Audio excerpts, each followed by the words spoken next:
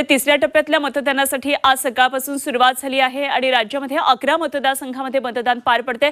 अनेक ठिकाणी नेत्यांनी सकाळीच येऊन आपल्या मतदानाचा हक्क बजावला। पाहूया हे नेते कोण कोण आहेत। तर सोलापूरमध्ये सुशील कुमार शिंदे आणि त्यांची कन्या ज्या सध्या निवडणुकीच्या रिंगणात आहेत, प्रणिती शिंदे यांनी आपला मतदानाचा हक्क बजावलेला आहे। इकडे साताऱ्यामध्ये छत्रपती उदयनराजे भोसले, कोल्हापूरमध्ये संपूर्ण शाहू महाराजांच्या कुटुंबानं मतदान केलेलं आहे। तिकडे सांगलीमध्ये अपक्ष उमेदवार विशाल पाटील, मवियाचे उमेदवार चंद्रहार पाटील यांनी आपल्या मूळ गावी जाऊन मतदान केलं। तर इकडे धाराशिवमध्ये ओमराजे निंबाळकरांनी आपला मतदानाचा हक्क बजावलाय। इकडे रायगडमध्ये सुनील तटकरे यांनी मतदान केलेलं आहे। सकाळी सर्व नेते मतदानाचा आपला हक्क बजावताना या दृश्यांमधून दिसतंय।